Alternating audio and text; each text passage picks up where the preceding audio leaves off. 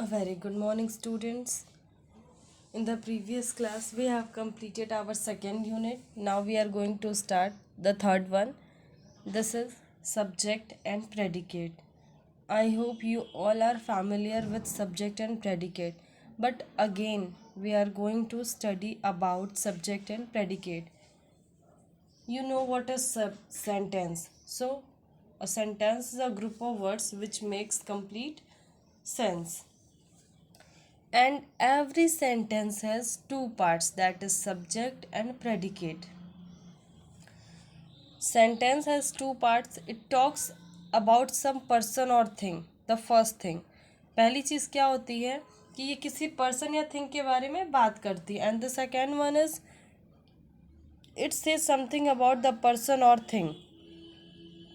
Like the cow are gazing in the field. We talk about cow. हम किसके बारे में बात कर रहे हैं? काउ के. और क्या बात कर रहे हैं? That they are gazing in the field. So the person और thing we speak about or we talk about is called the subject.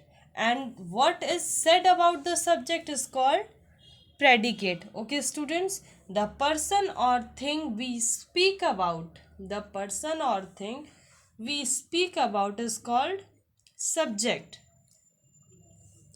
and what is said about the subject is called predicate. देखिए, मतलब कि किस चीज़ या person के बारे में, जिस चीज़ या पर्सन के बारे में हम बात करते हैं उसे आप सब्जेक्ट कहोगे, और क्या बात कर रहे हैं उसे आप प्रेडिकेट कहोगे. सब्जेक्ट के बारे में जो भी बातें की जाती है उसे हम प्रेडिकेट कहते हैं. Okay, so you can see some examples like examine the subject and predicate in each of the following. Their serial number, subject and predicate. Aman help the blind man. The little girl is mopping the floor. Birds fly. The dog bark at the stranger. ठीक है.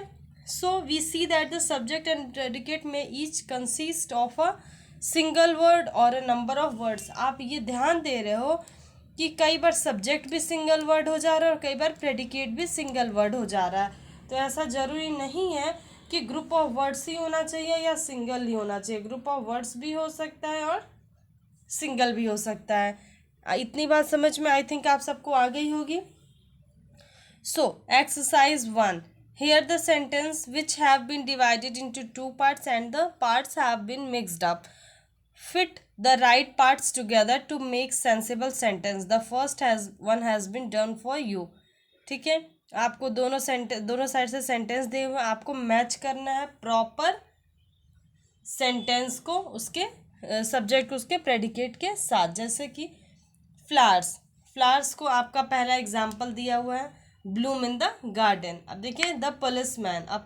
Policeman क्या करता है? Wears a helmet. तो आप यहाँ पे लगा दो वियर्स अ हेलमेट.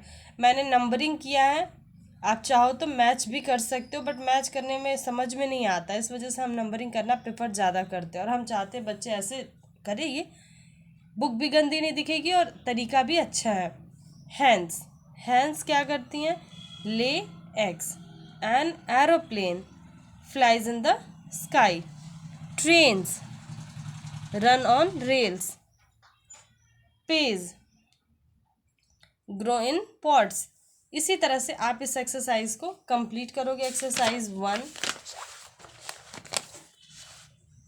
फिर देखिए, sometime the subject is understood और left out in the following sentence.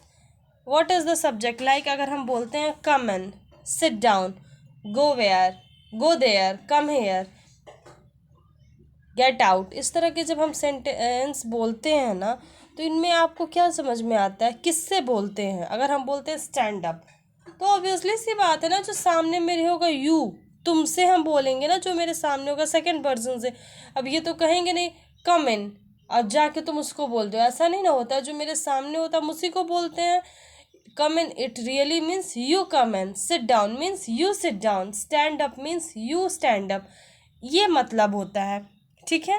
so divide each of the following sentence into subject and predicate. the earth moves around the sun. इसमें subject क्या है? the earth. और बाकी जो है predicate है. the sheep are grazing in the field. the sheep आपका subject है, बाकी सारा predicate है. इसी तरह से आप एक्सरसाइज 1 एक्सरसाइज 2 कॉपी में करोगे, ठीक है। बाकी जो भी चीज़ें हैं मैं आपको नेक्स्ट टर्न पे बताऊंगी। इसमें एक्सरसाइज 1 और 2, एक्सरसाइज 1 आपको कॉपी में नहीं करना है, एक्सरसाइज 2 कॉपी में करना है, जो कि मैं आपको सेंड कर दे रही हूँ कि किस तरह से 2 कॉलम्स बना के करने हैं। इसके अलावा इसमें सब्जेक्ट और प्रेडिकेट की डेफिनेशन कॉपी में लिखनी है, एक्सरसाइज 1 कॉपी में नहीं करना है। एक्सरसाइज 3 से हम नेक्स्ट टर्न पे स्टडी करेंगे। Okay, that's all for today, have a good day.